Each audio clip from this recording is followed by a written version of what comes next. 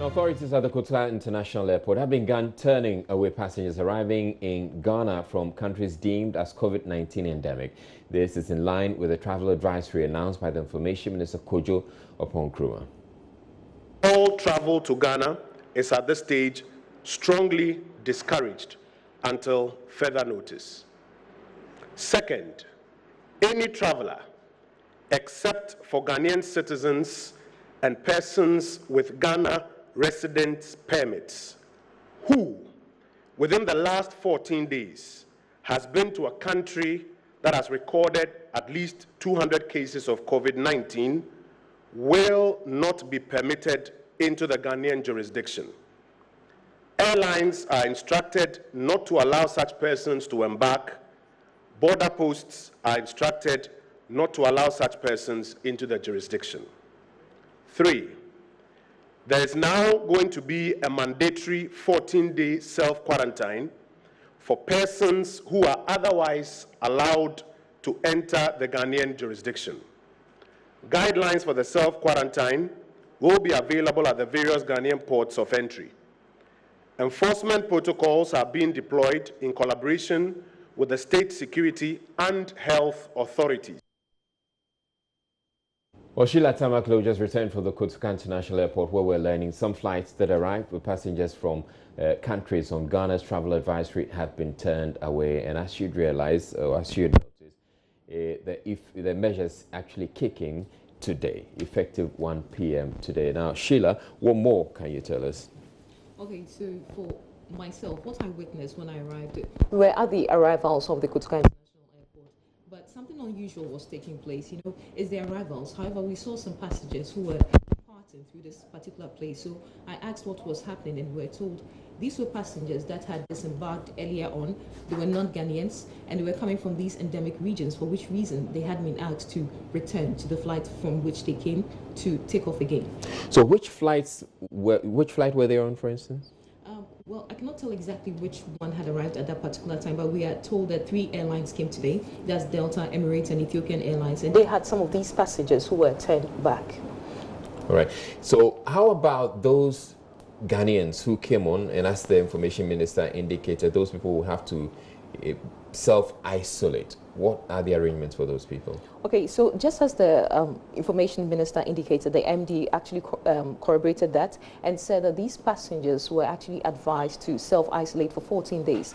They were also asked to fill some forms and documents so that they could be traced after these 14 days so that they can have regular checks on these people. They were also taken through the regular screening. That is, the thermal scanner checks your temperature, and then the thermometer is also used to check your temperatures. And if you don't show any symptoms, then you're allowed into the system. So I actually spoke to the MD, and we can hear him. Any airline that showed up after 1300 hours this afternoon, the non-Ghanaians or people without Ghanaian permanent residency were turned back. So far, about how many airlines have we had to turn back the passengers? In total, 3 airlines. We have Emirates, Ethiopian, and Delta. And altogether, about how many passengers? I cannot give you the figures, but I know. I think one was on Delta, 13 on Emirates, and I've forgotten the figure on the Ethiopian one. But these are the airlines that came around the time of the ban taking place, and we allowed the directive to work.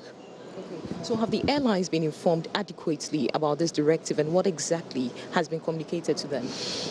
We communicated the directive to them. We communicated through a NOTAM. A NOTAM is a notice to airmen that informs the airlines that effective this afternoon, 1300, non-Ghanaians and people without permanent residency in Ghana from endemic places. And the endemic places are defined as places with, countries with more than 200 COVID-19 cases registered.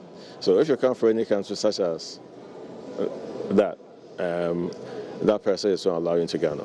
Okay, but then there's a question here that these people who were coming on the flight, possibly there were also Ghanaians on that flight who were admitted into the country.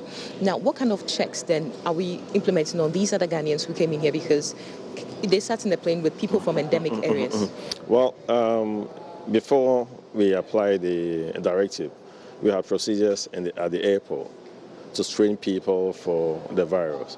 And I believe last week we took even the president through the terminal building and we demonstrated the process, which is a world class process. The majority, a key determinant of somebody with a virus happens to be temperature. So we screen each and everyone who enters the nation. And if you find out that the temperature is above a certain normal, I think 37.8 or so, that person is quarantined or pulled aside for further discussions and so forth. So the same measures were applied to the Ghanaians who were allowed to come in.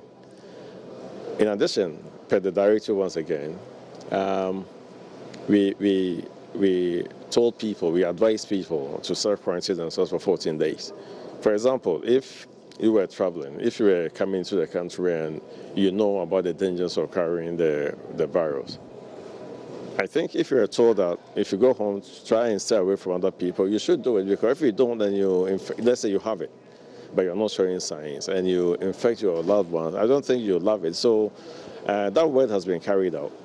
We spoke to everyone, we explained to them the dangers, and I think right now with all the information that has been shared from around the world, people have become aware of the dangers of the coronavirus. Look at what is happening in France.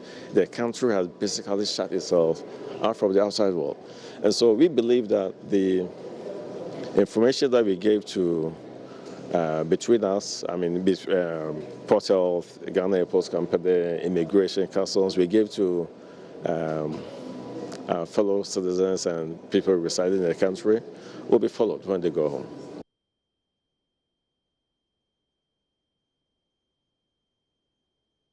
Right, and that's the MD of the Ghana Airport Company speaking there with my colleague Sheila Tamaklo. Okay. So we're also learning that apart from these restrictions and people being turned away, we're also learning that some of the airlines themselves are actually suspending their flights. Yeah, that's true. So today, for instance, we've received 2 emails, and one from Emirates and the other from Brussels there. So effective 21st of this month, that's March, these 2 airlines have suspended flights to and from Accra. So passengers are being advised to actually go back to their travel agents or wherever they got their tickets to, make the necessary arrangements. And even though under these circumstances, normally when you are trying to change your flight date, you have to pay a certain fee. This time around, there have been waivers for all of this. Okay. Exactly. So you don't have to pay any fee to make those changes. All right. So apart from the cancellation of the flights, we also know that all this is impacting on operations generally, because there are other airlines and other services who are going to be affected.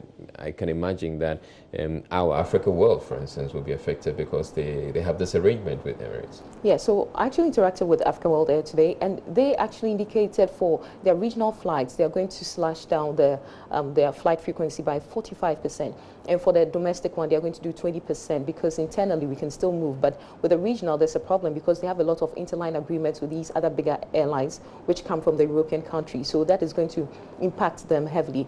Nonetheless, they are putting in place cost-cutting measures so that they can mitigate the financials. So today, for instance, when you walk into their office, they are working with a very lean staff. Most of them have been asked to take leave for the meantime whilst they still work. We also interacted with KLM, who is also about to slash their flight frequency by 70 to 90%. I mean, it's almost the entire fleet there. So the impact has been great. And even with our revenues, the Director General is already projecting about 20% dip in our revenues from the airport.